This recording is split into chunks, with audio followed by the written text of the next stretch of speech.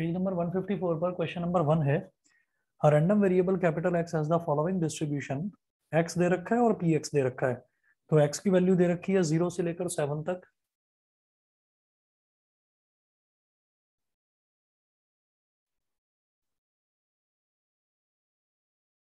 और फिर P x की वैल्यू दे रखी है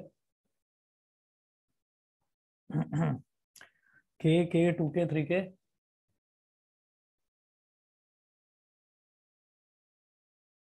के 2 के 3 के स्क्वायर 2 के स्क्वायर के स्क्वायर 2 के स्क्वायर 7 के स्क्वायर और 2 के 7 के स्क्वायर और 2 के ये प्रोबेबिलिटी उसका दे रखा है। वो पूछ रहे हैं द वैल्यू ऑफ के इज।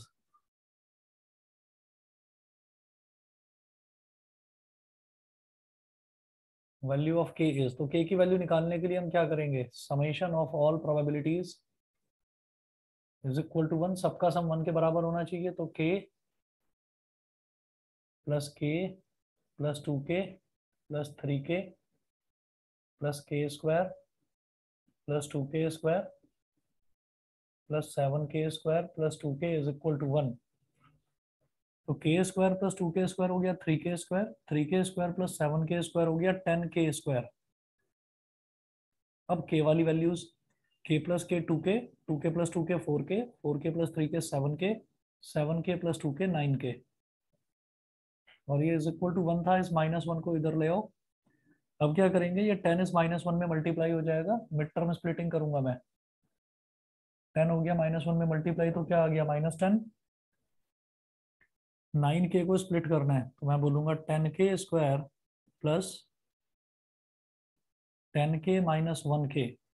हम 10 के -1 के करेंगे तो प्लस का 9 के आ जाएगा, और प्लस का 10 इंटू माइनस का 1 -10 बन जाएगा इज इक्वल टू 0। अब 10 के स्क्वायर और 10 के में से 10 के कॉमन ले लो तो ब्रैकेट में बचेगा के प्लस 1।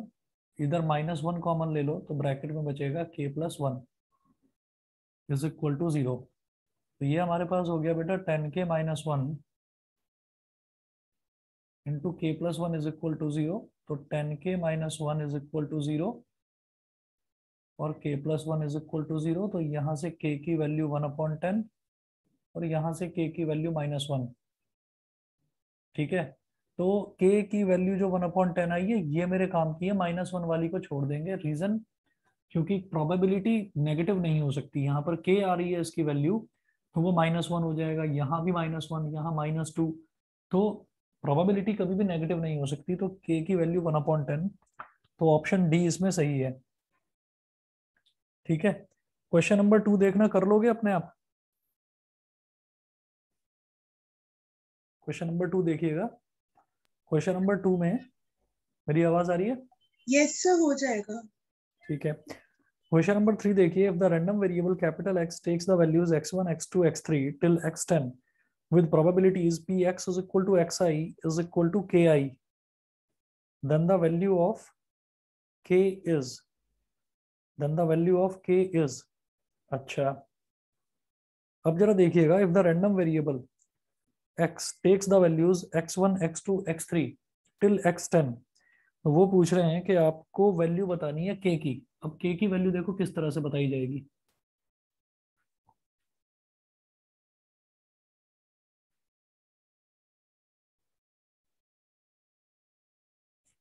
वो बोल रहे हैं if the random variable x takes the values, x की वैल्यूज क्या क्या है,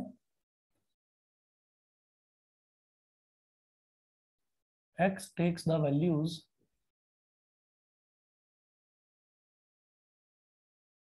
x1 x2 x3 dot dot dot till x10। ठीक है, ये हमारा कैपिटल x की वैल्यूज हैं। अब वो बोल रहे हैं with the probability P x is equal to X I is equal to K I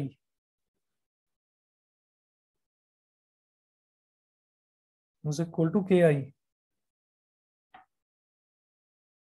तो P x is equal to X I, X is equal to X I का मतलब क्या है कि अगर x is equal to x1 है तो ये जो प्रोबेबिलिटी है ये आ जाएगी k1 के इक्वल, k1 ऐसे ही x is equal to x2 है तो ये हो जाएगा k2। भाई x is equal to xi है तो x is equal to xi ki के इक्वल हो गया। इसी तरीके से अगर x is equal to x2 है तो वो k2 के इक्वल हो जाएगा। ठीक है। अच्छा, अब क्या करें? अब यहां पर ये बोल रहे हैं then the value of k is, मुझे k की वैल्यू निकालनी है। तो चलिए k की वैल्यू कैसे निकलेगी? Then the value of k is, then the value of k is, k की वैल्यू कैसे निकलेगी? क्या दे रखा है ये? क्वेश्चन समझ में आया क्या? नहीं, क्लियर नहीं हो रहा।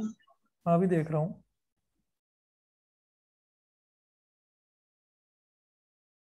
हाँ ये क्वेश्चन इन्होंने गलत दे रखा है। इसका सॉल्यूशन देखकर समझ में आ गया कि क्वेश्चन में गलती क्या है। जो इन्होंने दिया है ना, इन्होंने ये दे रखा है, मैं ये मिटा रहा हूँ।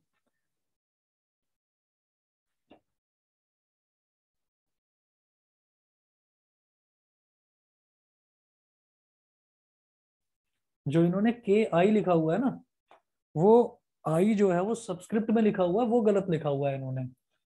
Given P x is equal to X I is equal to K I, के इंटू आई, मतलब आई उसमें मल्टीप्लाई हो जाएगा, ये दे रखा है। तो मैं कहूंगा कि अगर पी, अगर एक्स की वैल्यू, रैंडम वेरिएबल की वैल्यू x1 है तो रिजल्ट आ जाएगा k into one. X is equal to x2 है तो रिजल्ट है k into two. X is equal to x3 है तो रिजल्ट है k इंटू थ्री। ऐसे करते करते हमें जाना है बेटा 10 तक। x is equal to x10 है अगर, तो रिजल्ट आ जाएगा k इंटू टेन। ठीक है। अच्छा, sum of all probabilities is equal to one, sum of all probabilities is equal to one. तो सबका जो एडिशन है k into one plus k into two plus k into three plus k into four plus dot dot dot dot k into ten is equal to one. तो सबका सम जो है वो one के बराबर है। अब यहां से आप k ले लीजिए कॉमन, तो one plus two plus three plus four plus five plus six plus seven plus eight plus nine plus ten is equal to one. One plus two three six plus four 10 plus five 15 plus six 21 plus seven 28 plus eight 36 plus nine 45 plus ten 55। तो k multiplied by 55 is equal to one. तो k की value हो गई बेटा 1/55। क्या option दे रखा है? Option C, सी है इसका सही आंसर। समझ गए? तो ये क्वेश्चन गलत यस लिखा हुआ था। हाँ ये क्वेश्चन गलत लिखा हुआ था। फिर क्वेश्चन नंबर 4 है।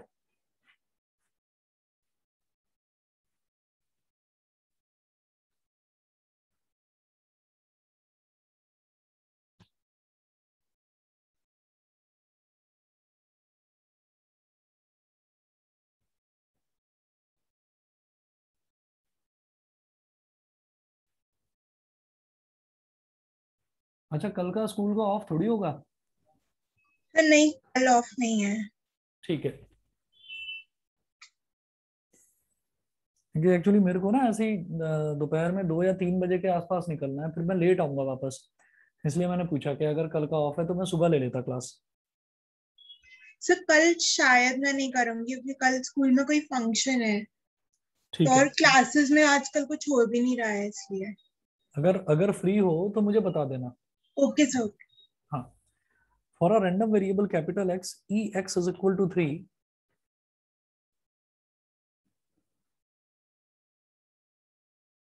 ई X is equal to three and E X square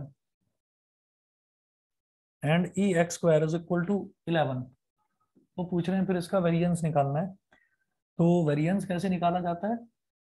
sigma square ये होता है बेटा एक्सपेक्टेड वैल्यू ऑफ एक्स का square minus expected value of X का whole square. Expected value of X square minus expected value of X का whole square. Expected value of X square है 11 -3 का square है 9, 11 माइनस 9 हो गया 2। Option C.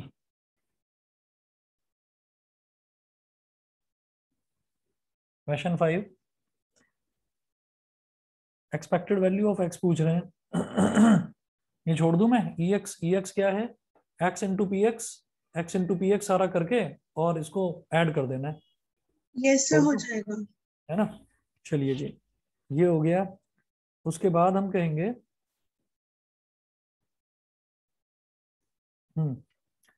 the mean of the numbers obtained on throwing a die having written 1 on 3 faces, 2 on 2 faces and 5 on 1 face is। ठीक है, अब जरा देखिएगा, the mean of the numbers obtained on throwing a die। तो एक die है हमारे पास, there is a die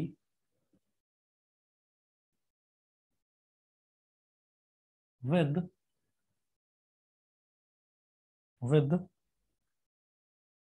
the mean of the numbers obtained on throwing a die having written 1 on 3 faces, 1 on 3 faces, 1 on 3 faces, 2 on 2 faces, 2 on 2 faces,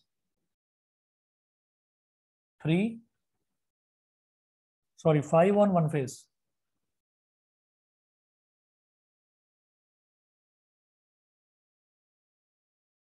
five on one face. तो अब आप ये देखेंगे इसमें कि जब मैं डाई फेंक रहा हूं तो डाई फेंकने पर 1 आने की प्रोबेबिलिटी कितनी है, x कैन बी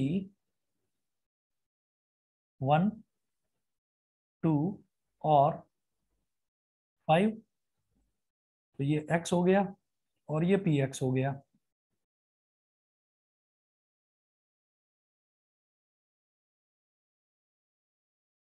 वन आने की प्रोबेबिलिटी कितनी है, 1 3 फेसेस पर लिखा हुआ है, टोटल फेस है 6। ठीक है, तो 3/6 तो आ गई 1 आने की प्रोबेबिलिटी। फिर 2 आने की प्रोबेबिलिटी, 2 कितने फेसेस पर लिखा हुआ है, 2 फेसेस पर लिखा हुआ है एंड देयर आर 6 फेसेस। तो 2 आने की प्रोबेबिलिटी 2/6। 5 सिर्फ एक फेस पर लिखा हुआ है एंड देयर आर 6 फेसेस, तो 5 आने की प्रोबेबिलिटी 1/6। ठीक है, ये हो गया। अब इसके बाद वो पूछ रहे हैं कि आप इसका the mean of the numbers, आपको इसका मीन निकालना है। तो मीन को चाहे तो एक्स बार बोलिए, मीन को चाहे तो एक्स बार बोलो और E X expected value of X बोलो, दोनों एक ही बात है। 1 × 3/6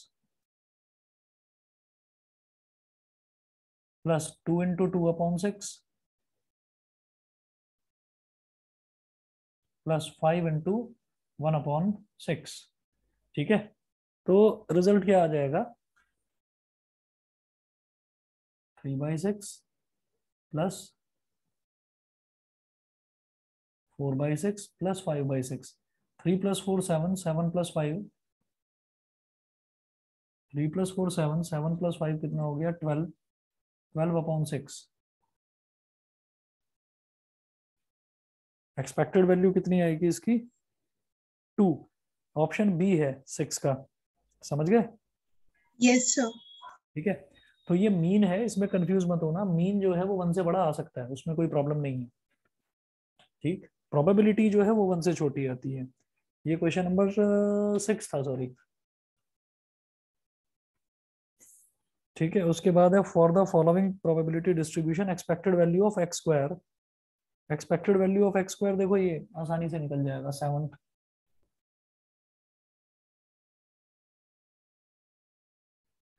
सेवंथ में दे रखा है एक्स और पी एक्स।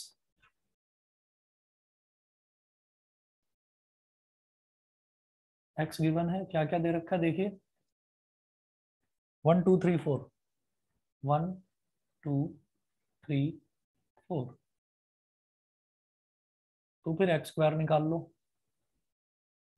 1 का स्क्वायर 1, 2 का स्क्वायर 4, 3 का स्क्वायर 9, 4 का स्क्वायर 16।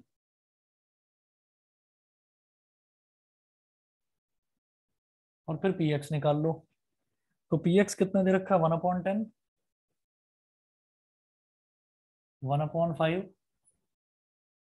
3/10 और 2/5, 3/10 और 2/5, ठीक है। ये दे रखा है, वो पूछ रहे हैं expected value of X square. Expected value of x निकालते हैं तो एक्स पी एक्स करते हैं, जब एक्स स्क्वायर निकालेंगे तो x square P x. 1 × 1/10 plus 4 × 1/5 plus 9 × 3/10 plus 16 × 2/5। तो 1/10 प्लस 4/5 प्लस 9 3 = 27/10 प्लस 16 2 = 32/5। सॉरी। अब जरा देखिएगा, एलसीएम लेंगे इसका तो ये 10 हो गया, ऊपर इधर तो 1 आएगा, 5 2 = 10, 2 4 = 8, 27, 5 2 = 10, 2 32 = 64, 1 + 8 9, 9 + 27, 9 + 27 कितना हो गया 36, 36 + 64 हो गया 100, 100/10, 0 से 0 कट गया, expected value of X square है 10, ऑप्शन बी। इसके बाद ये पूछ रहे हैं a random variable x has the following probability distribution then the mean of x, आपको मीन निकालना है x का।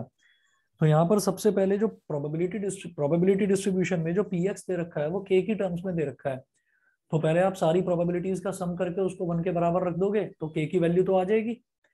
फिर जो k की वैल्यूज आ गई तो आपके पास सारी अलग अलग प्रोबेबिलिटीज आ गई, फिर तो ex निकाल लेंगे।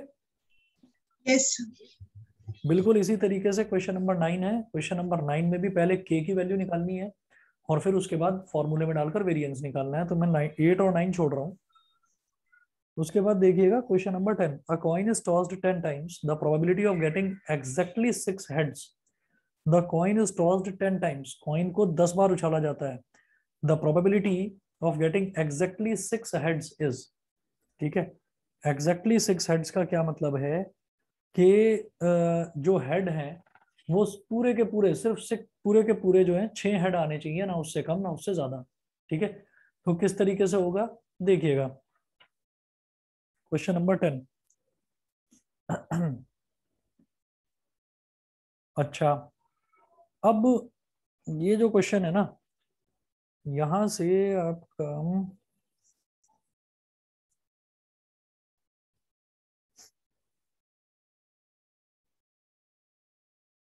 यहां से बेटा बाइनोमियल डिस्ट्रीब्यूशन के क्वेश्चन स्टार्ट होते हैं। तो जरा पहले बाइनोमियल डिस्ट्रीब्यूशन नोट करो आप क्या होता है। बाइनोमियल डिस्ट्रीब्यूशन ये मैं मिटा रहा हूं, ये एक्सपेक्टेड वैल्यू वाले मतलब मीन वाले वेरिएंस वाले ये वाले हो जाएंगे आपसे, इसमें कोई ऐसी प्रॉब्लम है नहीं। बाइनोमियल डिस्ट्रीब्यूशन कर रहा हूं स्टार्ट।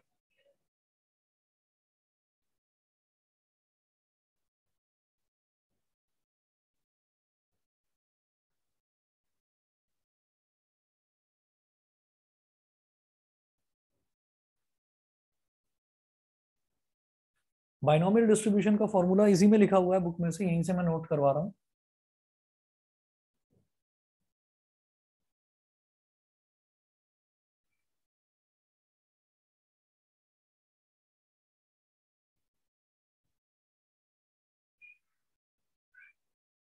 बाइनोमियल डिस्ट्रीब्यूशन यूज करा जाता है तब जब हम कहते हैं कि नंबर ऑफ ट्रायल्स बहुत ज्यादा होते हैं, जैसे कि इन्होंने बोला कॉइन इज टॉस्ड 10 टाइम्स, भाई कॉइन को एक बार उछालना, 2 बार उछालना, 3 बार, चलो 4 बार तक भी देख लिया। वो बोल रहे हैं कॉइन को 10 बार उछालना है, वो 10 बार उछालना है, तो ये नंबर ऑफ ट्रायल्स जब बहुत ज्यादा हो जाते हैं तब बाइनोमियल डिस्ट्रीब्यूशन यूज करा जाता है, ठीक है।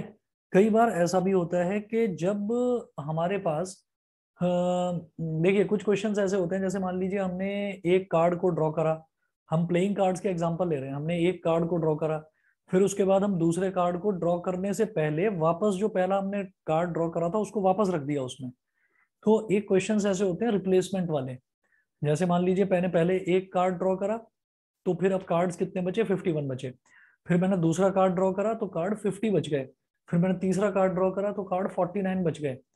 लेकिन कुछ ऐसे क्वेश्चंस भी आते हैं जिसमें ये कहा जाता है कि cards are drawn successively with replacement. With replacement का मतलब कार्ड को दोबारा डाल दिया जाता है उसमें। जैसे मान लो मैंने एक बार कार्ड चेक करा, एस आया या नहीं आया, हमने कहा एस आ गया, चलो ठीक है, हमने कार्ड को दोबारा डाला, फिर से शफलिंग कर दी, तो हमारे पास टोटल 52 कार्ड्स हैं। फिर मैंने निकाला, फिर देखा कि एस आया या नॉन एस आया है, हमने कहा इस बार नॉन एस आ गया, फिर से कार्ड को डाला। तो जब हम कार्ड को सेलेक्ट करते हैं और वापस रिप्लेस कर देते हैं उसमें, तो इस तरीके के क्वेश्चंस में बाइनोमियल डिस्ट्रीब्यूशन आता है। एक तो जहां पर नंबर ऑफ ट्रायल्स बहुत ज्यादा होते हैं वहां बाइनोमियल डिस्ट्रीब्यूशन लगेगा, और एक जहां पर कार्ड्स होते हैं उनका सक्सेसिवली रिप्लेसमेंट करा जाता है। या मान लीजिए मैंने बॉल्स को मैं सेलेक्ट कर रहा हूँ किसी अर्न में से या किसी बॉक्स में से, तो वहां पर मैं बार बार रिप्लेस करके बॉल्स को रख देता हूँ और फिर दोबारा से बॉल सेलेक्ट करता हूँ, तो वहां पर जो है वहां पर हमारा बाइनोमियल डिस्ट्रीब्यूशन यूज होता है। तो ये मैं चीज आपको बता क्यों रहा हूँ, क्योंकि क्वेश्चंस जो हैं वो इस तरीके से आएंगे, जैसे नॉर्मल डिस्ट्रीब्यूशन का क्वेश्चन होगा कर लोगे, पॉइजन का होगा कर लोगे, लेकिन प्रोबेबिलिटी डिस्ट्रीब्यूशन और बाइनोमियल डिस्ट्रीब्यूशन, इन दोनों में कई बार अंतर करना मुश्किल हो जाता है। ठीक है, तो इस वजह से हमें ये पता होना चाहिए कि जब नंबर ऑफ ट्रायल्स ज्यादा होंगे तब बाइनोमियल यूज करेंगे। अब इसको किस तरीके से लिखा जाएगा वो देखिएगा। हम ये कहेंगे कि बाइनोमियल डिस्ट्रीब्यूशन में if n is the number of trials and small p is probability, small p is probability of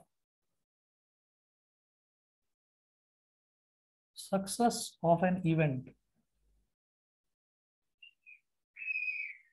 small q is probability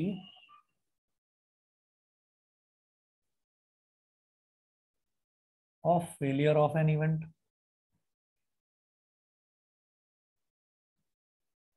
probability of success of an event, small q probability of failure of an event। ठीक है, तो ऐसे में probability of x is equal to r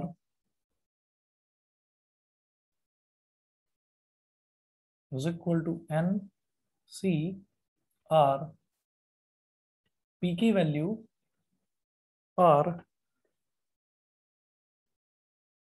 into q की value n minus r, p की value r into q की value n minus r. ठीक है, अब जरा देखो, बस इतना ध्यान रखिएगा, और इसमें तीन फॉर्मूले और लिखेंगे, mean and variance of binomial distribution. तो पहले लिखेंगे मीन। मीन को बाइनोमियल डिस्ट्रीब्यूशन के केस में ना म्यू से रिप्रेजेंट करते हैं, मतलब स्मॉल यू बनाकर और एक लाइन ऐसे नीचे खींच दीजिए, इसको बोलते हैं म्यू, एम यू म्यू। इसका फॉर्मूला होता है sigma, sigma x I P I, मतलब अलग अलग एक्स की वैल्यूज तो अलग अलग प्रोबेबिलिटीज की वैल्यू। आप इसको सीधा सीधा लिख सकते हो एन पी। स्मॉल एन क्या हो गया, नंबर ऑफ ट्रायल्स, और स्मॉल पी क्या होता है, प्रोबेबिलिटी ऑफ सक्सेस। मुझे नहीं पता अभी प्रोबेबिलिटी ऑफ सक्सेस क्या है, प्रोबेबिलिटी ऑफ फेलियर क्या है, क्वेश्चन में आपको बताता हूँ क्या है। ठीक है, देखिए प्रोबेबिलिटी ऑफ सक्सेस क्या होता है, जब भी कोई मेरे को इवेंट दे रखा है ना, जैसे अभी मैंने एक क्वेश्चन पढ़ा था, a coin is tossed 10 times, find the probability of getting exactly 6 heads। तो जो हेड आने की जो प्रोबेबिलिटी है, मैं चाहता हूं कि 6 बार हेड आए, तो जो हेड आने की प्रोबेबिलिटी है वो मेरे लिए प्रोबेबिलिटी ऑफ सक्सेस है। तो हम एक कॉइन के टॉस की बात करेंगे बस। ठीक है, एक कॉइन में हेड आने की प्रोबेबिलिटी क्या होती है, 1/2, और टेल आने की प्रोबेबिलिटी होती है 1/2। तो मैं कहूंगा कि या तो उसमें हेड आएगा या फिर टेल आएगा। तो हेड आने की प्रोबेबिलिटी को हम बोलेंगे probability of success small P, और टेल आने की प्रोबेबिलिटी को हम बोल देंगे probability of failure small Q. ठीक है, और नंबर ऑफ ट्रायल्स, कॉइन को कितनी बार उछाला जा रहा है, n टाइम्स, तो 10 टाइम्स उछाला जा रहा है, तो n की वैल्यू हो गई 10। इस तरीके से होता है, समझ रहे हैं। Yes sir. अगला नोट करें वेरिएंस।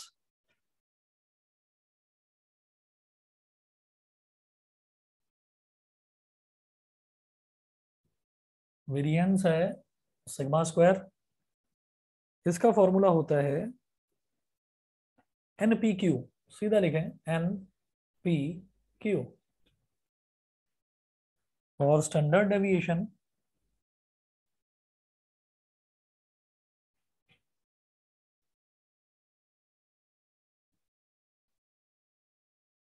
मतलब वो तो सिग्मा स्क्वायर हो गया, ये हो गया सिग्मा, इसका क्या होता है under root n p q, इसका हो गया under root n p q. अब इसके क्वेश्चंस पर आ जाइए।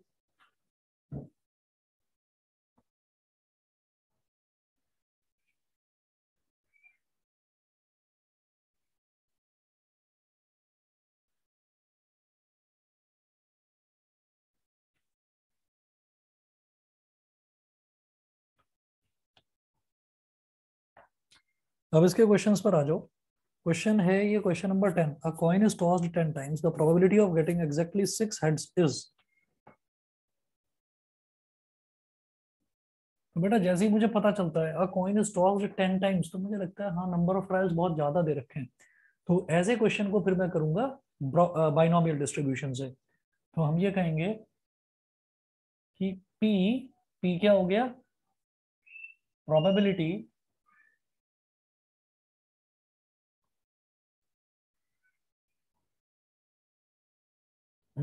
Probability of getting a head,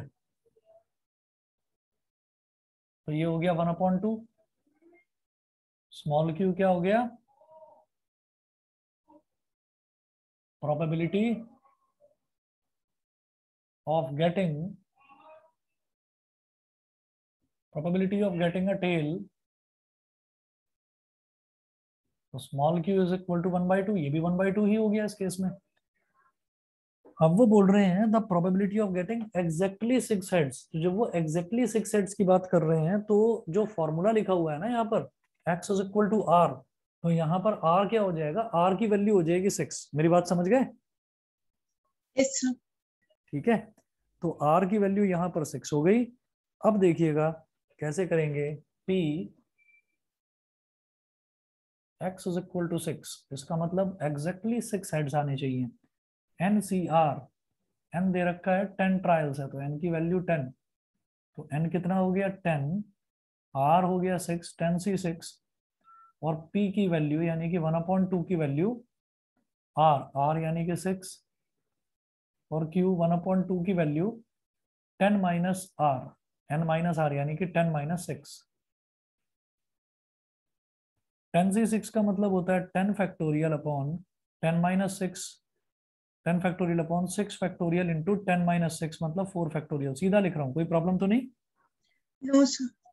ठीक है, ये हो गया 1/2 की पावर 6, ये हो गया 1/2 की पावर 4, तो टोटल लिख दूं 1/2 की पावर 10। अब 10 फैक्टोरियल समझ गए, ये 1/2 की पावर 10, यस सर। 10 फैक्टोरियल को लिखूंगा 10 into 9 into 8 into 7 into 6 factorial upon 6 factorial into 4 into 3 into 2 into 1 multiply by 1 की पावर 10 अपॉन 2 की पावर 10। 6 फैक्टोरियल से 6 फैक्टोरियल कट गया, 4 2 जा 8, एक 2 से एक 2 कट गया, 3 3 जा 9। ठीक है, उसके बाद हम क्या कर सकते हैं, मैं इसको बोल सकता हूँ ये हो गया 2 की पावर 9, और यहाँ बचा 2 5 जा 10। अब तो कोई टर्म कटने वाला नहीं है, तो 5 9 जा 45, और 45 7 जा, सर 9 की जगह 3 आएगा ना, 3 3 जा 9। सॉरी सॉरी सॉरी 3 जा, बिल्कुल सही, 5 3 जा 15, 15 7 जा 105 अपॉन 2 की पावर 9, 2 की पावर 6 होता है 64, 64, और फिर 7 जा हो गया 128, 2 की पावर 8 हो गया 256, 2 की पावर 9 हो गया 512, 105 अपॉन 512। देखिए कौन सा ऑप्शन दे रखा है, ऑप्शन सी। समझ रहे हैं? Yes sir. ठीक है, उसके बाद अगला देखते हैं question number 11।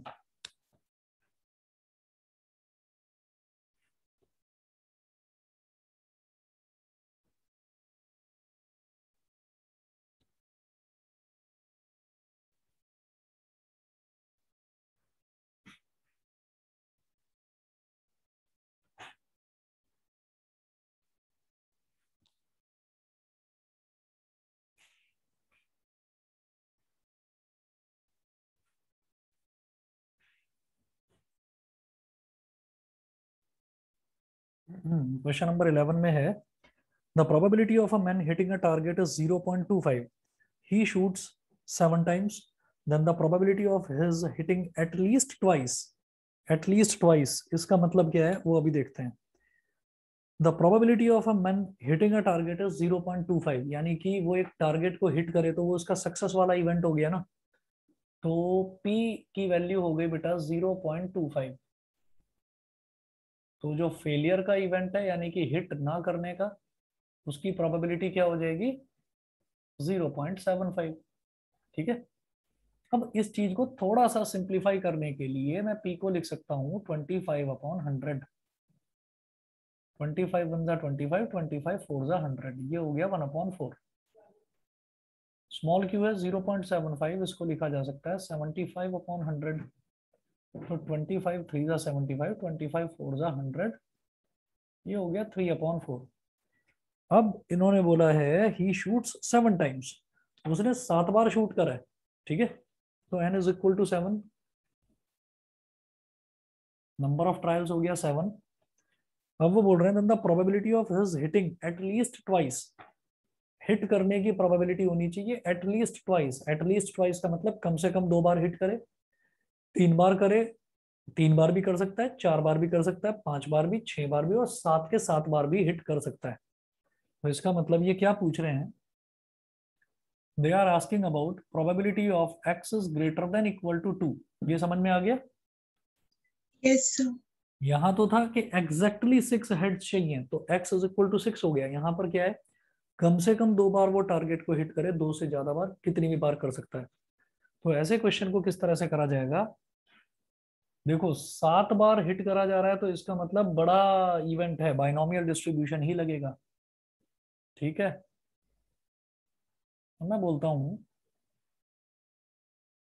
P x is greater than equal to 2 का मतलब 2 से बड़ा बड़ा होना चाहिए. तो P x is equal to 2 और p x is equal to 3 और p x is equal to 4 और p x is equal to 5 और p x is equal to 6 और p x is equal to 7. क्या ये करना ज्यादा आसान है या एक दूसरा तरीका भी होता है हमारे पास. हम ये कह देते हैं कि ये हम प्रोबेबिलिटी ही तो निकाल रहे हैं, तो इसमें क्या है कि x इज इक्वल टू 2 की निकालूंगा, 3 की निकालूंगा, और सब में और लग रहा है. तो इसका मतलब क्या है, इसका मतलब ये है कि इन सबका एडिशन करना होगा. बड़ा प्रोसेस है. आप ये देखो इसमें कौन कौन सी प्रोबेबिलिटी हो गई, x इज इक्वल टू 2, 3, 4, 5, 6, 7, ये हो गई. इससे कम वाली प्रोबेबिलिटी कौन कौन सी है, इससे कम वाली हो जाएगी x इज इक्वल टू 0 और x इज इक्वल टू 1. तो अगर मैं 1 में से x इज इक्वल टू 0 और x is equal to 1 subtract कर दूंगा तो भी यही चीज आएगी. समझ रहे हैं कि नहीं. Yes sir. है ना. तो 1 में से हम ये वाली प्रोबेबिलिटी सब्ट्रैक्ट कर दें, 1 में से sorry x is equal to 0 और x इज इक्वल टू 1 वाली सब्ट्रैक्ट कर दें तो ये वाला बचेगा. ठीक है. मतलब इस तरह से होता है. अब इस चीज को याद रखने का तरीका समझ लेना, मैं ऐसे लिख रहा हूं p x is equal to 0 plus p x is equal to 1 plus ये पूरी वाली p x is greater than equal to 2.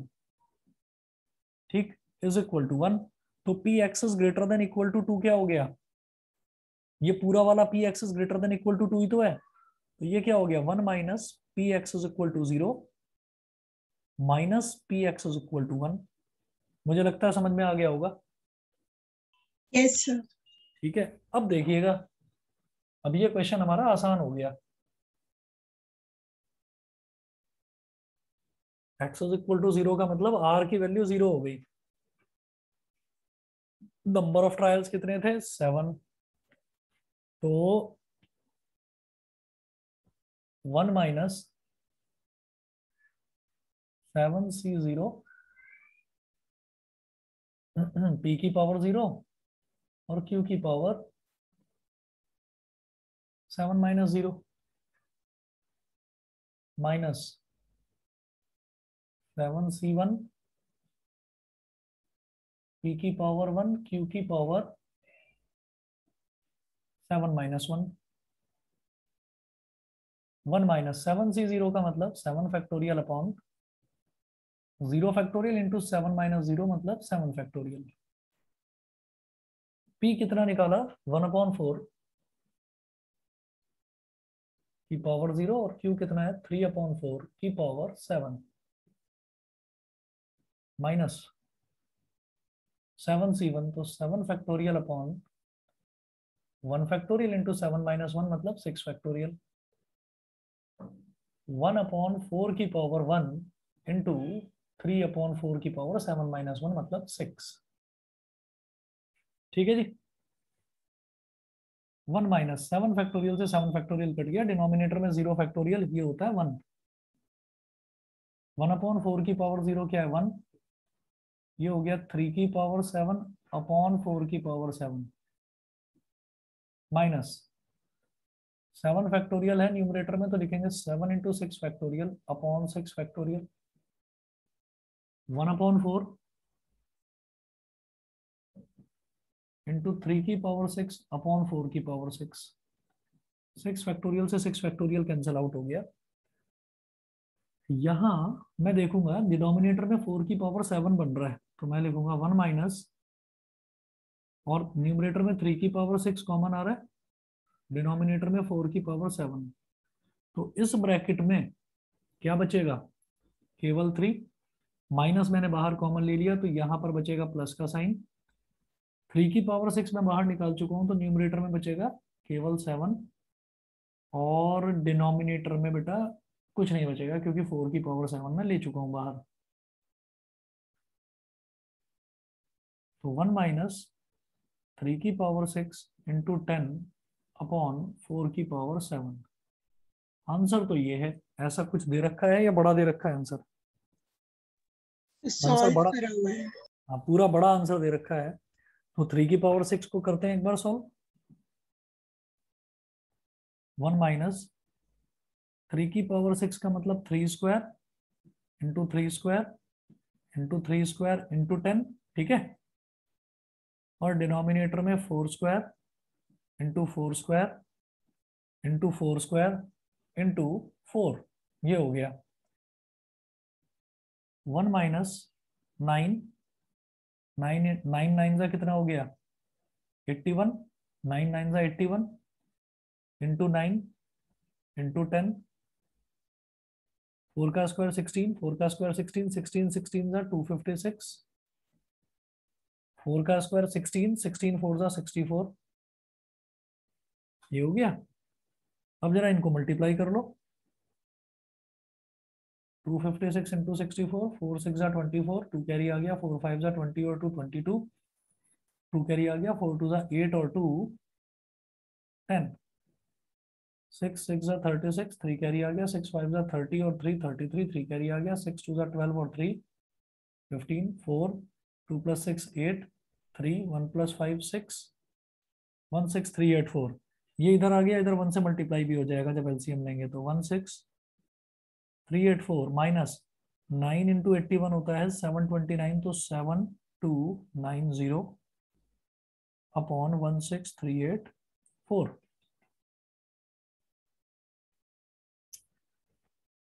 अब देखिएगा कुछ और सिंप्लीफाई भी करना पड़ेगा इसको।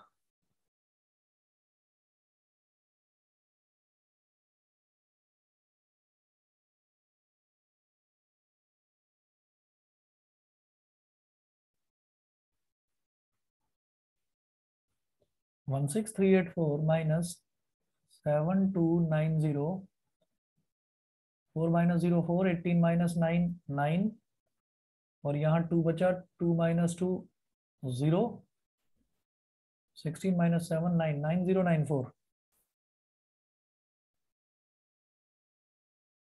अपॉन 16384।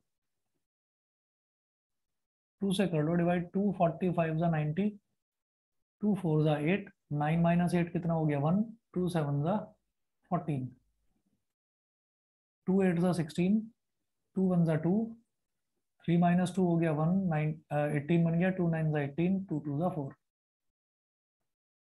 अब 2 से तो डिवाइड होने से रहा ये, तो ये ऑप्शन दिया है, ए ऑप्शन है। ऑप्शन नंबर ए 4547, हाँ तो ऑप्शन ए ठीक है। ठीक है, तो मतलब यस तो सर। इसमें आगे के देखिएगा क्वेश्चंस जो बाइनोमियल डिस्ट्रीब्यूशन वाले हैं, जो मुझे लगता है क्वेश्चन नंबर 24 तक, 25,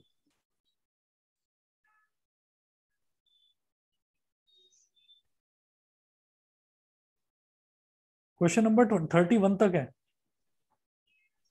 ये आपका 11th था ना, तो क्वेश्चन 12 से क्वेश्चन नंबर 31 तक करना ट्राई। जहां डाउट है मेरे से पूछना। क्लास नेक्स्ट आपकी मोस्ट प्रोबेबली परसों होगी, लेकिन ओके अगर कल मुझे मॉर्निंग में मिलता है टाइम तो मैं एक बार बात कर लूंगा तुमसे। Okay sir. ठीक है, चलिए जी, okay. Thank you sir. Okay.